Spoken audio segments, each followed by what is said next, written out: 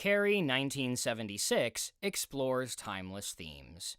Written by M.D. Bastick and read by Dean Delp. Carrie is a special horror movie for me because it was my first horror movie ever. I can't remember exactly how old I was, but for a while after I would insist on watching the movie, even though I would hide when the pig blood scene came up. Based on Stephen King's novel of the same name, Carrie is about a socially awkward teenager who is bullied by her classmates and abused by her fanatically religious mother at home. There's something else about Carrie White, Sissy Spacek, that's just different. She was born with telekinetic abilities. Her mother, Margaret, Piper Laurie, believes that Carrie is evil. Her peers think she's a weirdo because of how meek and plain she is, and Carrie obviously has trouble relating to other people.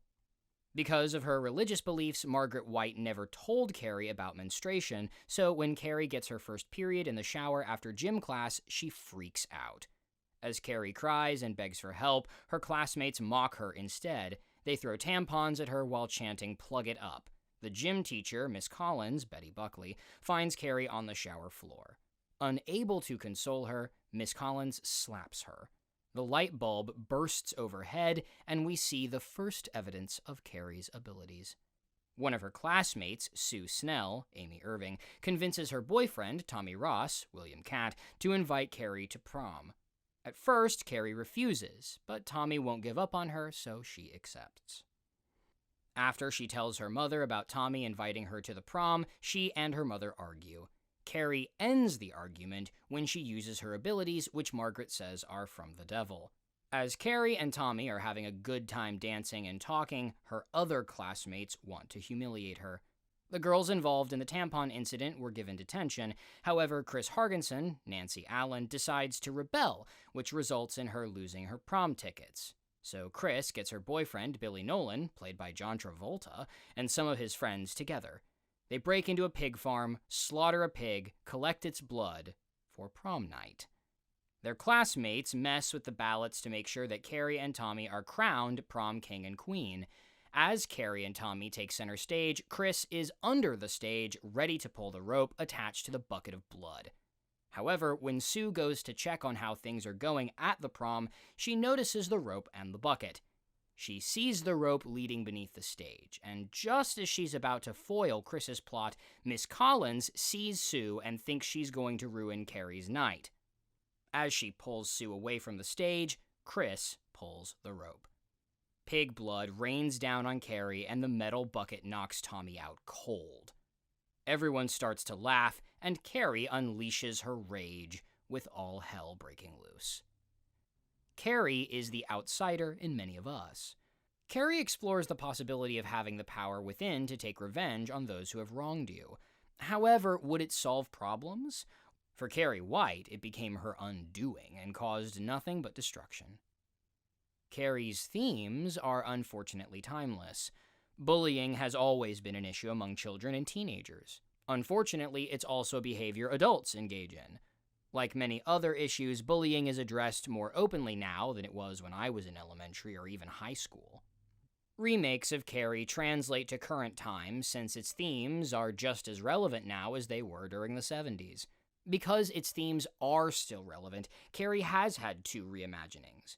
Besides Brian De Palma's 1976 adaptation, there was a made-for-TV miniseries starring Angela Bettis as the titular character. The 2013 remake, which stars Chloe Grace Moretz as Carrie and Julianne Moore as Carrie's mother, Margaret White, is updated to include cyberbullying. Speaking about how Carrie's story translates to current times, when looking into the story of Carrie more deeply, I found that Stephen King's novel is considered a challenged book. While not banned outright, the book's availability is limited. Some schools refuse to have the book in their libraries. According to the video 10 Things You Didn't Know About Carrie by Minty Comedic Arts on YouTube, Carrie was written before the current era when school shootings were unheard of. After Columbine and subsequent school shootings, some schools were hesitant to allow students to read Carrie because Carrie commits a mass killing of her classmates at the prom. Carrie has left an indelible mark on the horror genre.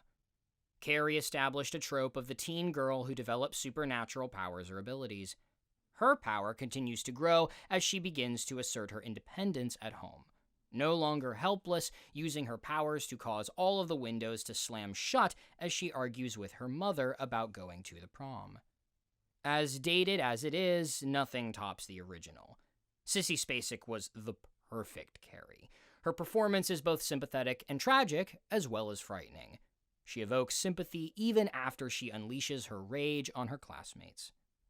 Spacek is convincing as the socially awkward teenager who just wants to be herself and to be loved.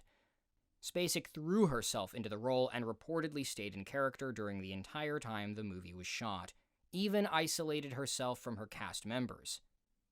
On the set, Spacek kept to herself in her trailer surrounded by religious imagery and items including Gustave Doré's illustrated Bible.